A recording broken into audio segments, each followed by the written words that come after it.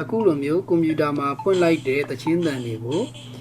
ဖုန်းရဲ့ speaker မှာလာမြည်အောင်လုပ်တဲ့နည်းလေးကိုလုပ်ပြပေးမယ်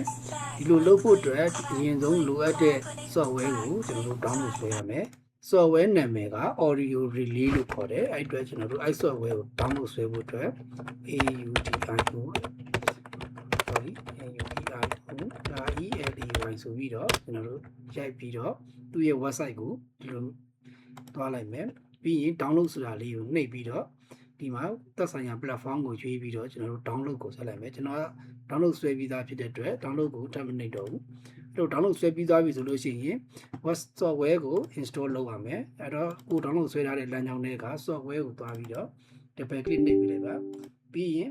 OK ကိုနှိပ်ပြီးတော့ next ကိုဇက်တက်နှိပ်ပြီးသွားလိုက်ပါဒါဆိုရင် software ကို install လုပ်ပြီးသွားပါလိမ့်မယ်မျိုး software install လုပ်ပြီးသွားရင်ကွန်ပျူတာပေါ်မှာဒီလို audio relay ဆိုတဲ့ software လေးရောက်လာမယ်သူ့တစ်ချက်ဖွင့်ပေးလိုက်ပါအခုလိုမျိုးဒီ software ကိုချိန်ဖို့အတွက်သတိထားမယ့်တစ်ချက်ကကွန်ပျူတာနဲ့ဖုန်းနဲ့မှာတူညီတဲ့ Wi-Fi ဖြစ်နေရမယ်အဲ့လိုမှမဟုတ်လို့ရှိရင်တော့ကွန်ပျူတာဖွင့်လိုက်တဲ့အသံတွေကဖုန်းမှာမြည်နေမှာမဟုတ်ဘူးအခုကွန်ပျူတာမှာဒီ software ကို install လုပ်ပြီးသွားပြီဆိုတော့ကျွန်တော်တို့ဖုန်းကိုလည်းအဲ့ software ကိုပဲအလားတူ install လုပ်ပေးရပါမယ်အဲ့ဒီအတွက်ကျွန်တော်တို့ဖုန်းကိုဖွင့်လိုက်ပါမယ် Okay ဖုန်းမှာလည်းအလားတူပဲကျွန်တော်တို့ Play Store ကိုသွားပြီးတော့ဒီ audio release ဆိုတာကိုရိုက်ရှာပြီးတော့ဆိုရဲပေးလိုက်ပါမယ်ဒီမှာ audio release ဆိုတာလေးကြာလာရင်သူ့ကိုဒီ software လေးပေါ့နော်ဒီ speaker ပုံစံလေးနဲ့ကျွန်တော်တို့ဆွဲ install လုပ်ပြီးသားဖြစ်တဲ့အတွက် open ကိုပဲတစ်ချက်နှိပ်လိုက်မယ်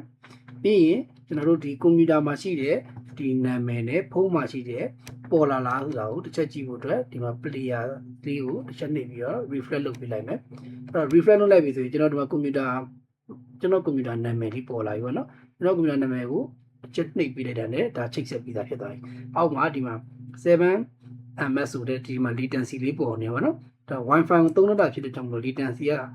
ဒီလောက်ဖြစ်နေပါနော်ကိုယ့်ရဲ့ပို့ပြီးတော့ကောင်းနေတယ်ဆိုလို့ရှိရင်ကျွန်တော်တို့ဖုန်းမှာ USB ကျိုးနဲ့ကွန်ပျူတာနဲ့တက်ပြီးတော့သုံးလို့ရတယ်အဲ့တော့ကျွန်တော်အခုသချင်းတစ်ပုဒ်ဖွင့်ကြည့်မယ်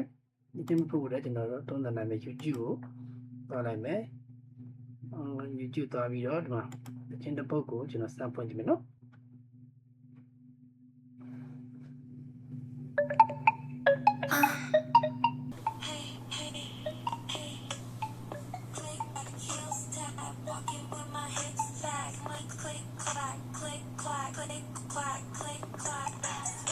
โอเคเนาะเลยစမ်းကြည့်ကြပါ